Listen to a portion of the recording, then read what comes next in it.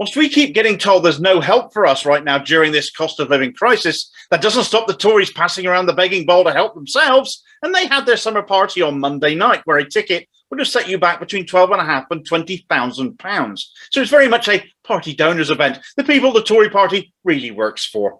They love to hold auctions at these events to raise money, selling off everything from signed paraphernalia to access to MPs and government ministers. And the party gets away with largely keeping these things secret because they don't need to be declared to the Electoral Commission, since they all get counted as non-cash donations. It's been estimated that since 2009, the Tories have raked in some £3.4 million just from auctioning items at bashes like this.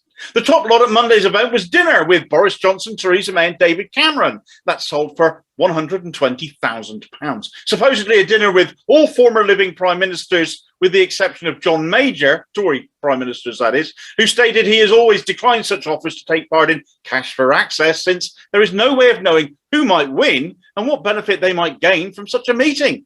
The winner's name hasn't been disclosed, but one notable guest who does love to pay for big prizes at such events was Tory super donor Lyubov Chernikin, the former wife of Vladimir Putin's deputy finance secretary and the biggest female donor in Tory party history, having to date donated around £2.2 million to the Tories. That their biggest donor has such strong ties to Putin and Russia is one thing, such as the well-known relationship between the Tories and the wallets of Russian oligarchs. But all their insistent denials about Russian funding falls on deaf ears somewhat when she is still a regular presence at their functions. The Tories raised more than £500,000 for themselves. More than 24 cabinet ministers were seated at tables amongst who knows who, where they frankly could have been talking to anybody about anything. But the people they certainly weren't talking to were the striking rail workers outside the Victoria and Albert Museum where the event was held. They were roundly ignored because, as has always been the case, unless you're giving the Tories lots of money, they don't work for you.